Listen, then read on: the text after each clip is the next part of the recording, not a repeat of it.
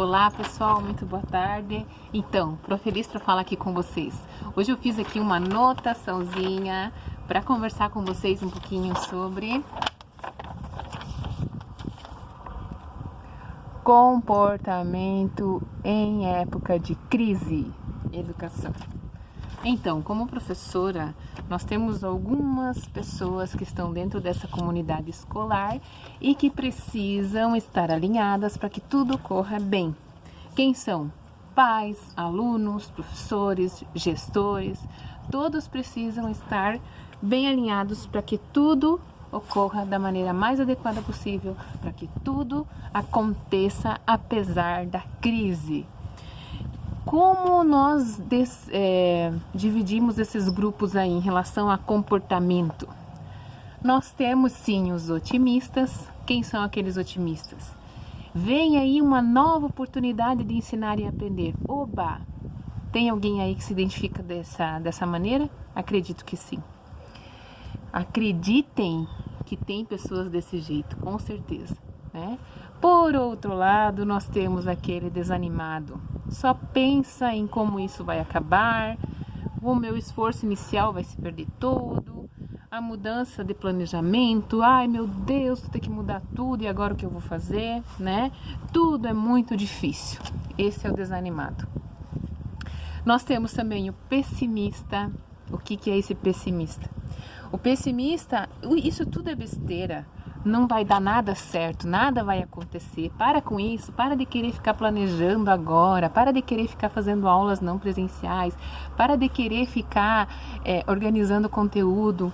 Para que isso? Isso tudo é uma besteira. Pessoal, nós estamos numa fase que não é fácil, é lógico, mas se nós ficarmos colocando aí esse empecilho, esse não é fácil, como algo que vai nos travar, que vai nos bloquear, nada vai acontecer. E agora é a oportunidade para a gente ser melhor, para a gente nos tornar profissionais ainda mais capacitados, ainda melhores, para daqui, quando mudar tudo, nós sairmos na frente, né? Então, nós temos também o comportamento do preguiçoso. O que é aquele preguiçoso, procrastinador? Aquele tipo de pessoa que, já que estamos de férias, deixa para depois. Fica parado. Para que ficar inventando moda? Fica na tua, deixa quieto, né? Deixa, depois a gente faz. A hora que alguém me chamar, eu vou tomar alguma atitude. Não pode ser assim, certo? Aí, tudo isso também se reflete em outras coisas, né? Em medo, por exemplo, de compartilhar os materiais que são feitos, medo de fazer as atividades estar erradas, medo. Precisamos repensar. Será que esse medo não está alinhado a outras atitudes que a gente tem e que não são próprias de alguém que quer melhorar, de alguém que quer evoluir, de alguém que quer fazer as coisas de uma maneira diferente? Insegurança. Por que nós temos insegurança? Porque não nos planejamos, porque não nos organizamos, porque não estudamos, né? Precisamos nos preparar, precisamos estudar, precisamos planejar e botar em prática, porque também não é só se preparar e planejar, nós precisamos botar em prática. O que os outros vão pensar, não podemos ficar pensando no que os outros vão pensar, em como os outros vão agir, o que eles vão dizer. Não precisamos pensar nisso. A partir do momento que nós nos organizamos, que nós pensamos, que nós planejamos, nós também conseguimos nos organizar para fazermos melhor e fazermos diferentes. Pouco importa o que os outros pensam. Deixa pra lá, né?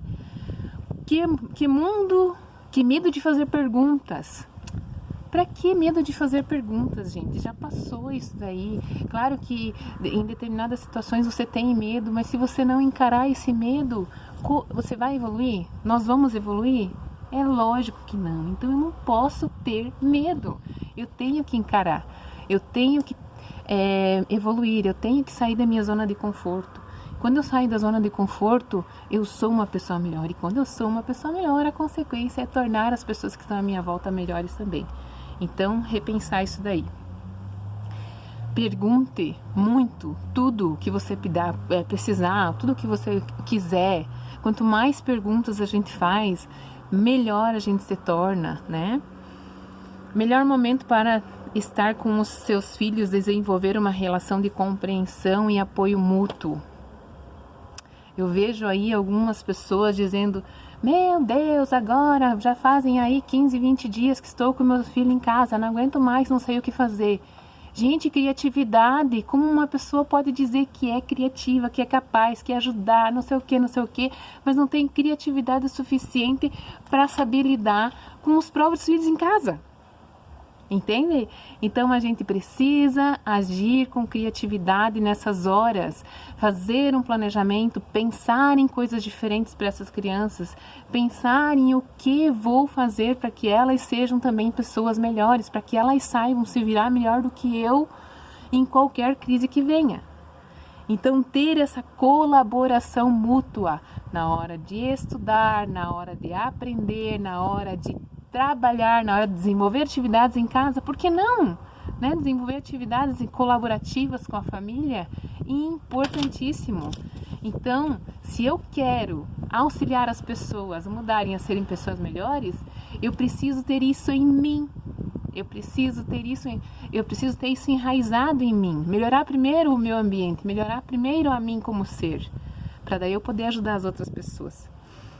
A criança que aprende e nos copia, então a criança aprende porque ela nos copia. Isso que eu quis dizer aqui, né? Ela aprende porque nos copia. Então sejamos coerentes, né? Sejamos coerentes em nossas atitudes, em nossas ações, para que realmente essa criança saiba, né, o que fazer quando estiver passando por qualquer dificuldade. E por último, né, sejamos maleáveis, né, conosco e com os outros, respeito aos limites. O que isso quer dizer? Se eu já estou, vou usar um termo meio chulo aí, né, mas de saco cheio de ficar em casa, de fazer as mesmas coisas todo dia, por que eu vou querer exigir que o outro faça diferente, se eu não faço? Então eu preciso agir realmente como coerência, respeitar o limite dos outros, nem todo mundo é igual, eu faço as coisas de uma maneira, o meu filho faz de outra maneira, o meu esposo faz de outra maneira, então eu não posso exigir que eles façam tudo como eu faço, tudo como eu quero. A mesma coisa acontece com eles, mas para isso é preciso sentar, conversar, né? É preciso saber o que fazer numa hora dessa, e saber o que fazer é parar, planejar, refletir, conversar, né? Sorria, encontrar algo que provoque isso. O que te provoca o sorriso, né? É um stand-up, né? É falar algumas piadas velhas? É você assistir o Chaves, por exemplo? Sei lá, encontra alguma coisa que te faça sorrir. Quanto mais a gente sorri, mais a gente se alimenta de energia boa e assim a gente também consegue passar isso. Desenvolva, além das suas atividades planejadas para o cumprimento escolar, outras que lhe agradem e façam bem para a sua saúde. O que te faz bem, né?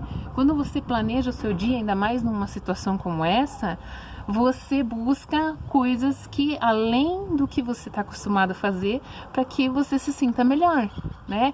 Eu me sinto melhor praticando atividade física, eu me sinto melhor dançando, eu me sinto melhor sentada no sol, curtindo. O que eu me sinto melhor fazendo para que as coisas aconteçam fluam de uma maneira diferente, né? Às vezes é fazer uma receita, às vezes é dançar, às vezes é meditar, às vezes é praticar um yoga, né? Eu tinha dito por último, mas eu tenho mais uma coisinha aqui para vocês. Hoje eu estive na escola planejando, né?